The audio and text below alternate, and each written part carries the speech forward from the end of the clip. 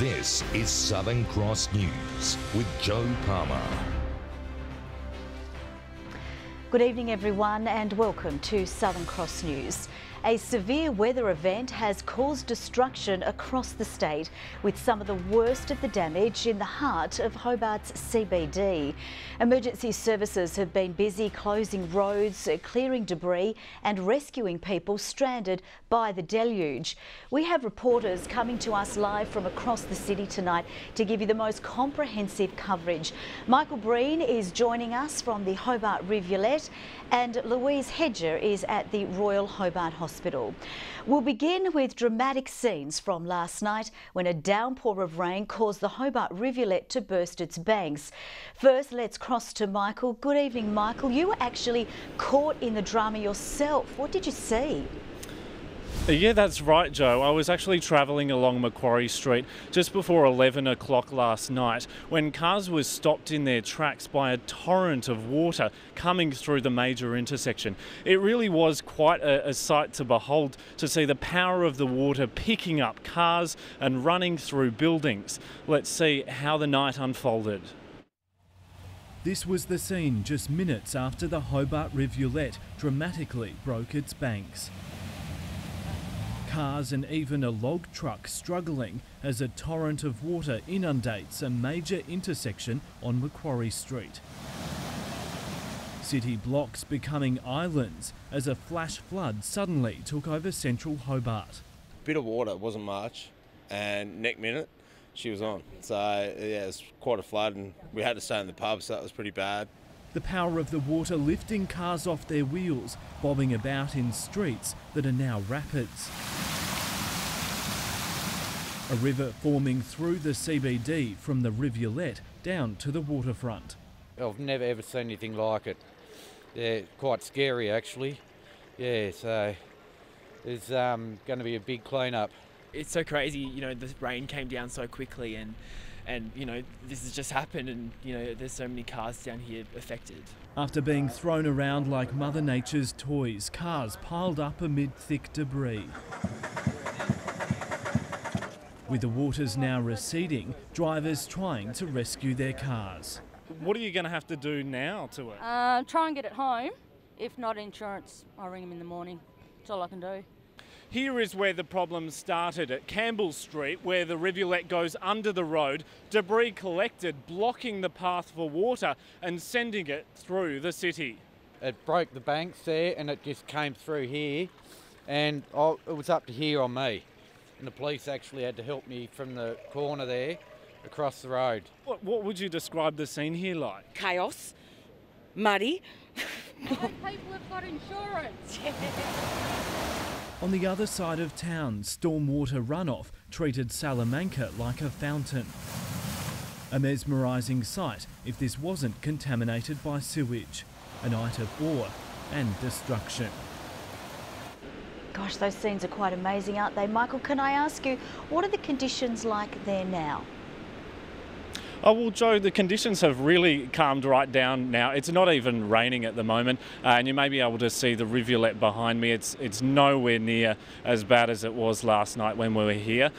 We did have 129 millimetres in the 24 hours until 9 a.m, which is quite a staggering amount to have. And while a lot of the damage was here in the Hobart City, this is sort of the epicentre of most of the damage, there was, of course, a lot of damage elsewhere. Ruby Kamane has this report. This was the frightening scene that greeted people at the Court shopping centre last night. I don't think so. The exits blocked with gushing water and a staircase turned into a waterfall. Yeah, in the moment it was pretty nerve-wracking. We just didn't really know what to do.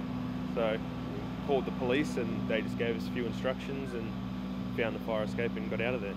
It took half an hour to flee, only for them to discover the rest of the shopping centre filled with water. So when I came in, it was all normal, there was nothing, and then come out and completely flooded. Yeah, tables and chairs were just flying down the hallway. The University of Tasmania's Sandy Bay campus also felt the wrath of the storm, with classrooms swamped with water. the law faculty experiencing the worst of the floods. Old books and papers left scattered across the grounds. It's going to affect all the students, you know, a lot, because the library is not only just a study space but it's also home for a lot of us. A lot of memories and stuff in there. It's very sad because it's one of the best libraries in Tasmania, I believe. So it is a shame. I mean, there has been a lot of damage across our city and across our region. The university is a proud part of that region, and I think we're really just focused on trying to assess and regroup and get back to business in the smoothest way that we can. Emergency crews had to rescue one person from the campus who was trapped in a room. He couldn't get out the door, so the water was rising. When the firefighters got there, the water was about 1 metre off the floor. They forced entry and that gentleman was rescued. The rescue helicopter had to winch a 15-year-old boy from floodwaters at a new Norfolk cricket oval. Rescues at Risdon Road in Newtown as well. 2 people were stranded in their car. Yes, they'd driven into floodwaters, they ignored the warnings, their car became stuck and obviously they needed to be rescued. The torrential rain and powerful winds also whipping up the sea, pulling fish farms from their moorings, sending them onto Kingston Beach among the debris, demonstrating the power of Mother Nature. As well as mass damage, the severe weather has caused extensive disruption. Businesses, schools and even the Royal Hobart Hospital were affected by the deluge. So let's cross now to Louise Hedger joining us live from the Royal. Louise, good evening. How was the hospital impacted? Well, Joe, up to 15 beds had to be closed here at the Royal, including in intensive care and in the paediatric ward. While the emergency departments did remain open, they did have to implement a code yellow because there was flooding and significant leaks in the roof from last night. In addition, 32 schools across Hobart had to be closed today, and tonight 13,000 people remain without power in their homes and their properties. Obviously, a massive clean-up effort today from homes and businesses as they really try and clean up what they can from last night's significant weather event. Sweeping through the destruction, this car rental business bearing the brunt of the merciless storm. A bit unexpected. The damage has been a bit more severe than we anticipated. Assessing the damage to their property and vehicles, still uncertain of just how much. At the moment, just don't really know how many cars have been affected. Authorities receiving over 300 calls for help, with flash flooding and strong winds leaving a trail of destruction. A number of vehicles were affected by the rivulet flood. They had to be removed before the other debris could be removed. Among those caught in it, families staying in the CBD at Ronald McDonald's house, forced to stay at a hotel next door, with the home significantly damaged, caused by water levels reaching over 30 centimetres. We're just a little bit worried about what's in the water and some health and safety risks. Obviously the families that we support, they have children in the hospital, so their health is our priority. This car park at apartment complex Wapping, inundated with mud and rubble, flowing straight from the rivulet when the storm took over.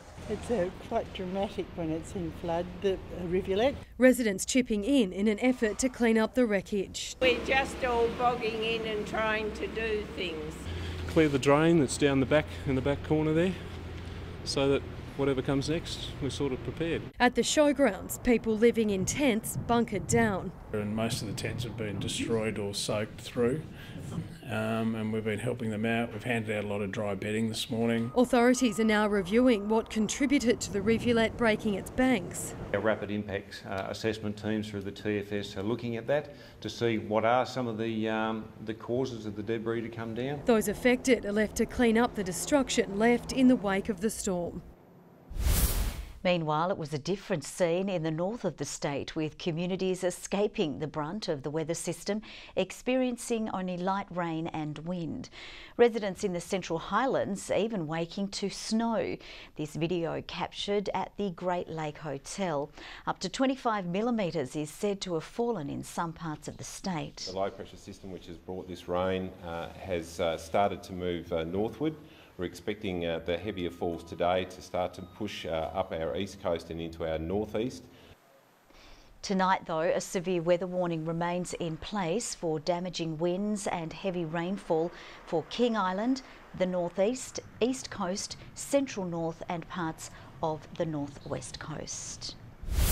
Just 2 days post her resignation, alongside 4 other MPs in Canberra over the citizenship saga, Tasmania's Justine Kay is ready to reclaim her seat in the electorate of Braddon.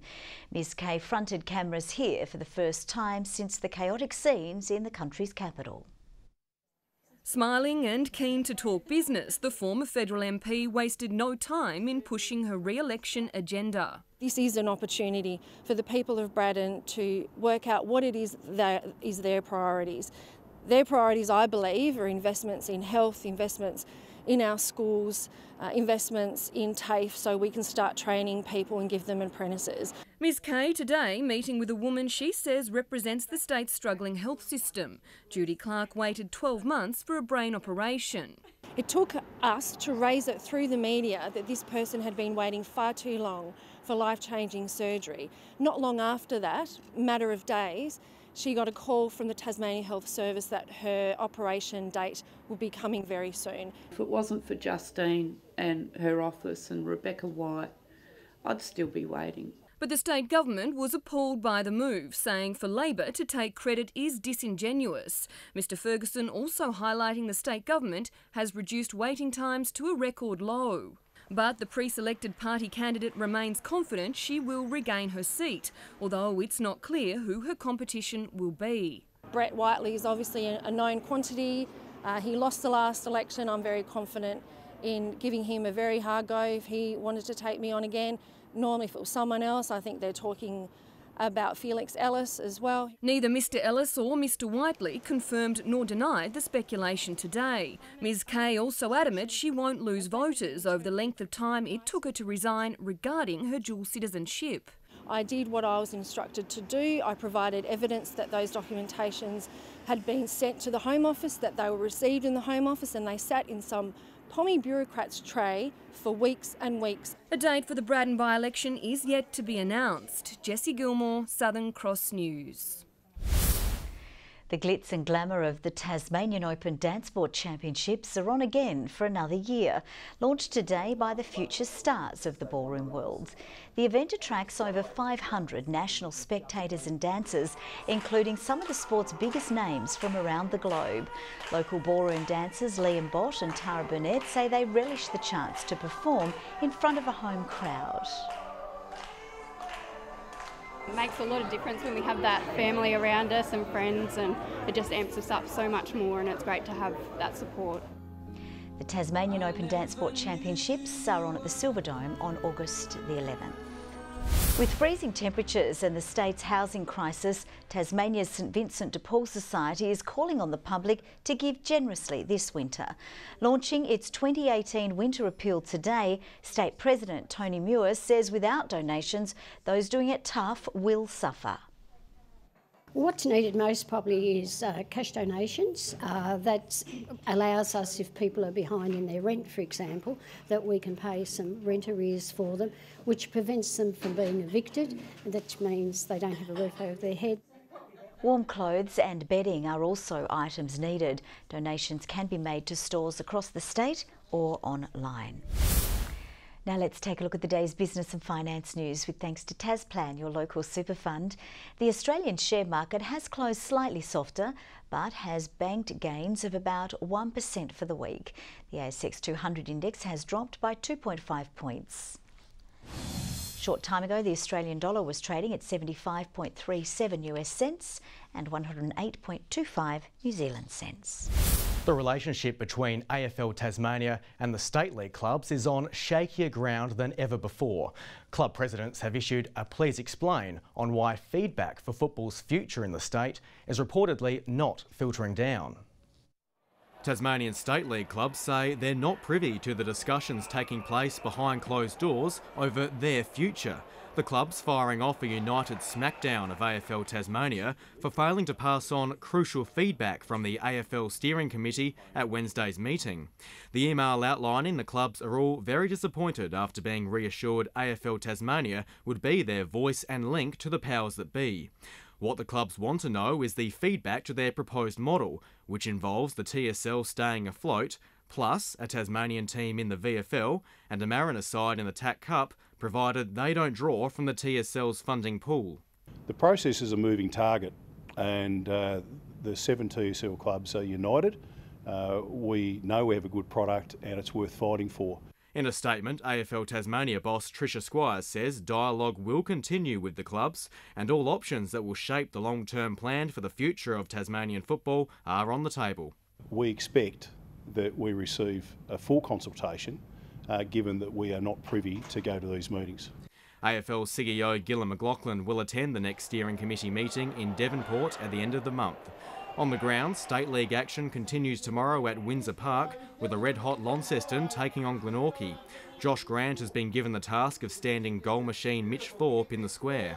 We're not going to just say to Josh, sit on an island with Thorpe and see how you go. You know, if you can defeat their work around the contest, you can make life pretty hard for Thorpe. Good luck trying to control that when you've got a guy at the age of 29 enjoying his football so much. The Blues are now on a 4-game winning streak, but Glenorchy's rock-solid midfield could cause headaches. Webb and Rainbird and Camerick and Bowden and these sorts, and Cal Daly, we've got a good midfield. And if they play to their capabilities, we can match Launceston and even top them in that area. And Sam Lonergan says the Pies' poor showing against Clarence last week might light a fuse for the encounter. The loss might just shake them back into gear. The heat is on for Tasmania's 4 Seabull teams to back up last weekend's clean sweep. All local sides are going in as favourites against Frankston, but the return of key players could see the visitors shake up the script. Tasmania's men's teams enter round 6 against a floundering Frankston with 1 win from 7 games. If the Hobart Chargers play like they did in the dying minutes against Geelong last week, an easy win should be in store tomorrow night. If we play like we did in the last 5 minutes for 3/4 of a game, no one will get near us. 14 down with 5 minutes to go and to get a victory, it's not very often you see any team do that. The key targets of Craig Moller and Trey Nichols keep getting better in a side starting to gel. As far as the recruitment, I couldn't have asked for a better side, both on the floor and off. The Northwest Thunder will have first bite at Frankston tonight in Ulverston with tip-off at 8 o'clock. On paper at least, Tassie's women's sides are also in the box seat. Frankston is winless from 7 games, but Chargers coach Dwayne Davey is keeping a very close eye on movement inside the Victorian camp. They're coming to us for the first time full strength, bringing in a player with WNBA experience, so we're certainly not looking at the win-loss record as an indication of their quality. Last week was the side's first win in 4 games. I guess the message for us is that we can score enough points to beat pretty much anyone. We just got to make sure we can play defence like that each week. The Launceston Tornadoes kick off this weekend's action from 7 o'clock at Elfin Stadium. Good evening. Hobart 12 today, Launceston 15, Burnie and Devonport 17. A low pressure system was the cause of some extremely wild weather across Tasmania today. 17 was the state's top at Burnie, Devonport and Wynyard. Flinders and Lowhead 15, Smithton, St Helens, Strahan, Maria Island 14, Ouse and King Island 13. And our lowest temp isn't too hard to believe, a 0 for Mount Wellington and Liaweenie. The highest rainfall was recorded at Mount Wellington with a whopping 236 millimetres of rain, and the Central Highlands received up to 25 millimetres of snow in some areas. There was a massive cloud crossing Tasmania today. It is part of a cloud band spiralling around the low pressure system, which caused havoc about the south of Tasmania overnight. Nationwide, an extensive band of cloud is visible across Tasmania, Victoria and southern New South Wales due to a vigorous southerly airflow. Tomorrow there's a complex area of low pressure moving into the Tasman. A high south of the Bight continues to dominate the rest of the country. On the water, southerly winds to 30 knots, reaching 40 knots about the northeast, seas to 4 metres about the west and south. A gale warning is current for northeastern coastal waters from northern Cape Portland to Wineglass Bay for southerly winds. A strong wind warning is current for lower eastern coastal waters and for western and northern waters from Low Rocky Point to the tip of northern Flinders. And there's a minor flood warning for the Huon, Derwent and North Esk rivers. A flood watch also current for the eastern half of Tasmania. Tomorrow, showers still expected about the south. Hobart 13, Maydena 12, Oatlands 9. Launceston cloudy 15, Devonport sunny with 17, Liaweenie showers on 7, Devonport's quite lucky, Burnie also lucky with a sunny 17, Strahan showers 14, Marrawar possible showers 15. St Helens showers 15, Swansea and Orford a few showers with 14. And the 3-day forecast, starting with Sunday, showers about the south and east, mainly coastal ones though, and it looks like Mother's Day will be best spent in Burnie with tops of 16. Monday, mostly fine until showers develop about the west and far south in the afternoon, but a few 17s are still making their way back across the board. And on Tuesday, early showers expected statewide, contracting to the west, south and Bass Strait by the afternoon. And taking a look around the country tomorrow, Perth still pulling out the sun and 31s, Brisbane also sunny with 22, and Melbourne looking like some showers with 16. Currently in Hobart, 10 and cloudy, Launceston 12 and cloudy, Devonport 12 and clear, and those floodwaters aren't enough to stop the markets tomorrow. Salamaker is going ahead. That's all from the news team for now. Have a great evening. Good night.